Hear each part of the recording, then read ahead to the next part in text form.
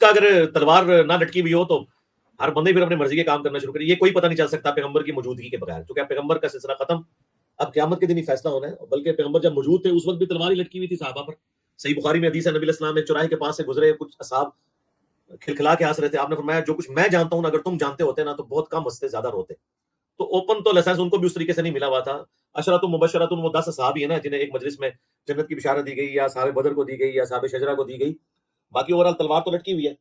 بخاری مسلم دونوں میں حدیث ہے, میری امت کے 70,000 لوگ بغیر حساب و کتاب کے جنت میں داخل ہوں گے. تو حضرت عکاشہ کھڑے ہوئے, ان کا یا رسول اللہ دعا کریں میں ان میں شامل ہوں. آپ نے فرمایا تم ان میں شامل ہو. پھر ایک اور صحابی کھڑے ہوئے, ان کا میرے لیے بھی دعا کریں. آپ نے فرمایا عکاشہ بازی لے گیا. تو اس کا مطلب ہے حضور کے ساتھیوں میں بھی سارے بغیر حساب و کتاب کے جنت میں جانے والے نہیں ہیں. تو یہ تو تلوار تو ان کے اوپر بھی لٹکی ہوئی تھی, تو کوئی طریقہ نہیں ہے رضامندی والے حوالے سے. ہاں صحیح مسلم میں ایک حدیث ہے کہ ایک صحابی نے کہا یا رسول اللہ بعض اوقات انسان کو اچھا عمل کرتا ہے, اس کی خواہش نہیں ہوتی کہ لوگوں کو پتہ چلے, اس کے باوجود لوگوں کو پتہ چل جاتا ہے, پھر لوگ اس کی تعریف کرتے ہیں, اس کی وجہ سے اس کو خوشی محسوس ہوتی ہے. تو کہیں یہ ریاکاری تو نہیں ہے, دکھلاوے میں تو نہیں آتا. تو آپ علیہ السلام فرمایا یہ اللہ تعالیٰ کی طرف سے مومن کے لیے دنیا میں بشارت ہے. لیکن یہ اب فیصلہ کون کرے گا؟ یہاں پہ تو لوگ ریاکاری کے لیے بھی کر رہے ہوتے ہیں. تو کوئی اس طرح ہارڈ اینڈ فاسٹ رول نہیں ہے.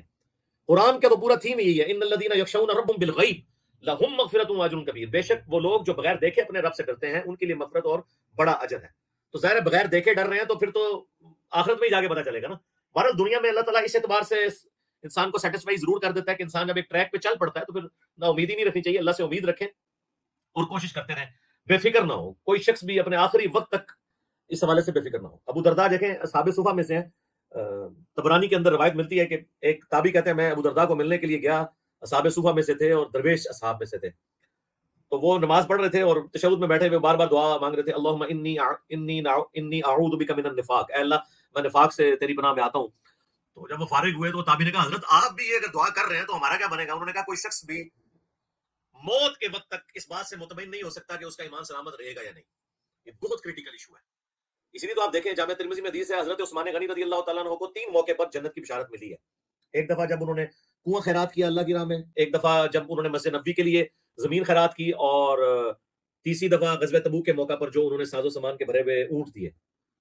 اور ترمذی میں ابو داؤد میں جو عشرۃ مبشرۃ 10 صحابہ کرام جن کو ایک مجلس میں جنت کی بشارت ملی, ابو بکر, عمر, عثمان, علی, طلحہ, زبیر, عبد الرحمن بن عوف, سعد بن ابی وقاص, ابو عبیدہ بن جرح اور سعید بن زید, ان میں بھی وہ شامل ہیں. اس کے باوجود ترمذی کے الفاظ ہیں کہ حضرت عثمان جب بھی قبرستان جاتے تو اتنا روتے کہ ان کی داڑھی آنسوؤں سے تر ہو جاتی. لوگ پوچھتے آپ قبرستان آ کے اتنا کیوں روتے ہیں؟ تو انہوں نے کہا میں نے اللہ کے نبی علیہ السلام سے خود سنا ہوا ہے کہ قبر آخرت کی منزلوں میں سے پہلی منزل ہے, جس کی منزل آسان ہوئی اس کے لیے اگلی منزلیں آسان در آسان ہوں گی, اور جو اس میں پھنس گیا اس کی اگلی منازل مشکل در مشکل ہو جائے گی.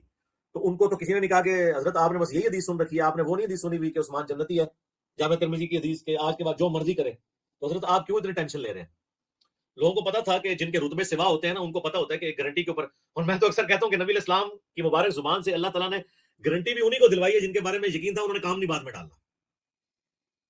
ورنہ یقین کریں ہم میں سے کسی کو گارنٹی مل جائے تو ہمارا تو اللہ کے نبی کی زبان پہ اتنا پکا ایمان ہے کہ اگر ہمیں بتا دیا جائے کہ آج کے بعد تم جنتی ہو چاہے جو مرضی کرو, پھر ہم تو یقین کریں سکون کی زندگی گزاریں گے. لیکن ظاہر ہے کہ وہ اللہ کو بھی پتا تھا کہ کس کو بشارت دینی ہے, تو ان لوگوں کو بشارت ملی ہے. تو کوئی اس طرح کا رول نہیں ہے, بس اللہ سے امید رکھیں, خوف اور رجا یعنی خوف اور امید کے درمیان وقت گزاریں.